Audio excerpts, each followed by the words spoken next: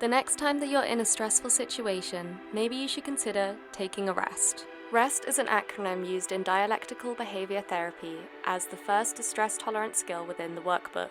The REST acronym stands for Relax, Evaluate, Set an Intention, and Take Action. The first step is to relax. Freeze. Take a breath. Pause. Stop what you're doing and step away from the situation for a minute to gain a new perspective.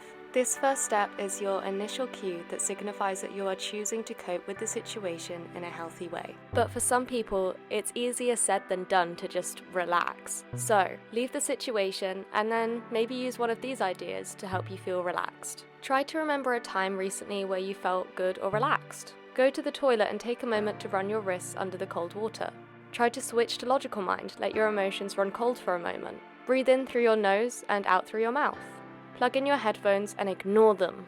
Sleep or exercise. Practice mindfulness. You have a legitimate right to leave any situation that you don't want to be in. But for those of you who find it difficult to voice your needs, here are some good excuses to use. I just need to go to the toilet. I'll be back in a minute. I feel a bit warm. I just need to go outside for some air. I'm gonna take a lap around the neighborhood to decompress, get out some excess energy. Oh, I forgot I need to list literally anything. I'll be back in a minute. I just gotta finish it quick or I'll forget. I don't feel great today. I just need some space. And if they don't get it, then just start coughing in their direction and I'm sure they will. Next, we need to evaluate the situation. Ask yourself what's happening in the situation. Check the facts. Are you in danger or are you just uncomfortable? You don't have to figure it all out, just figure out a general gist. It's time to check the facts. This skill helps reduce emotional intensity by comparing your emotional reaction to the actual facts of the situation. When you need to check the facts, ask yourself, 1. What is the emotion that you're feeling? 2. What situation has triggered the feeling? 3. Check if the facts match how you're feeling. And 4, if they don't, then choose an emotional response that would be better suited to the situation. Let's take a look at these two examples. In the first example, Ella has missed her bus for work.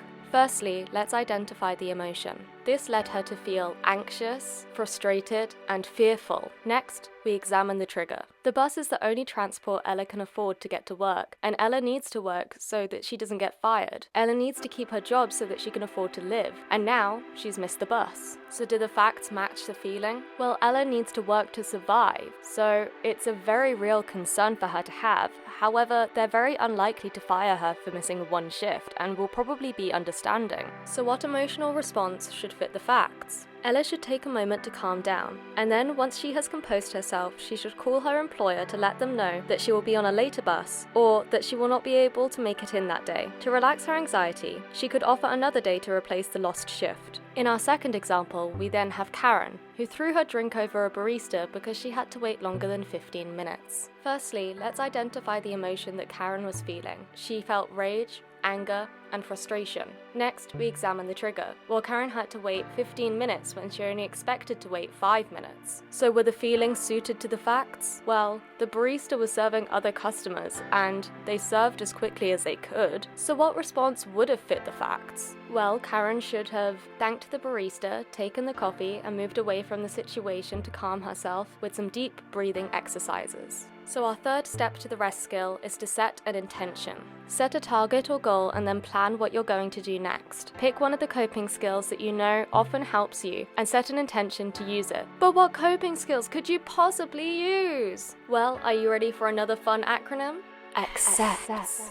This acronym encompasses a whole list of different ways that you could cope. This could be through activities, contributing, comparisons, emotions, pushing away, thoughts, and sensations. Let's start with a quick look at A, which is activities. This coping skill uses your favorite hobbies and projects to distract yourself. The important part is that it requires you to focus on the task at hand. Some examples could be to read a book, play a video game, make music, paint, or solve a puzzle. The C in accept stands for contributing, which involves doing something nice for other people. Here are some examples: volunteer work, cooking dinner for a friend, taking your parents' dog out for a walk, cleaning your grandmother's house, or complimenting a stranger. The second C in accept stands for comparisons, and this skill requires you to compare your current situation with others in order to gain perspective. So here are some examples. Think back to a time when things were worse and how grateful you are to be out of that situation now. Think about how things might have turned out if you had chosen a different route, and how much worse they could be now if you had continued to choose those same unhealthy decisions. Think about somebody else's situation and how they cope with their problems compared to how you've dealt with your own. Take inspiration from their resilience, or keep a diary that you can reflect on later. Also, remember that some people's sorrow is another person's joy. If you didn't get that job, then at least you can know that somebody else did, and maybe they really needed that. We then get on to E, which stands for emotions. This requires you to change the emotion that you're currently feeling by substituting it with a new one. The aim is to choose an activity that will elicit a different emotion to the one that you are feeling. So an example could be to watch a movie, listen to music, read a book, or have sex with somebody that you care about, or masturbate. The P then stands for pushing away, which encourages you to temporarily hide from your problems. But notice I said temporarily. This allows you time to process the situation more clearly. Some examples of pushing away skills are to focus on work, exercise, study, have a self-care day, go shopping, or focus on your hobbies. The T in accepts stands for thoughts, which requires you to shift your attention away from your thoughts by focusing on cognitive activities. Some examples could be to try and think about one of your favorite memories and allow yourself to relive it, to solve a puzzle, play a game, or research your special interests. The S then stands for sensations, which requires you to focus on your 5 senses. Firstly, taste. Eat your favorite food, drink your favorite drink,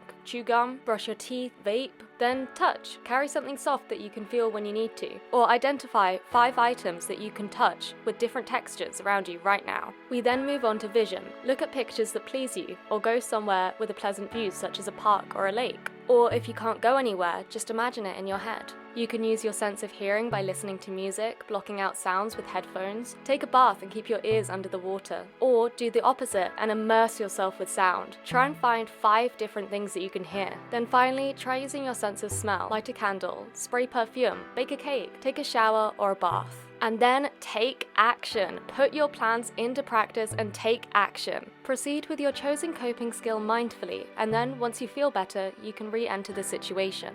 So let's summarize. Firstly, you relax. You take a deep breath, stop what you're doing, and gain a new perspective of the situation. Then, you evaluate. Ask yourself what's happening in the situation and check the facts. Then, you set your intention. What are you going to do next to make yourself feel better? And then you take action. You put your plans into practice. And then, once you feel better, you can re-enter the situation. So can you think of a time that you could have used the rest skill? What could you have done in that situation to relax? What would have been different in that situation if you had chosen to evaluate? If you had set an intention, what would it have been? And if you had taken action in that situation, what would have happened? What would have been the overall advantages if you had just used the rest skill?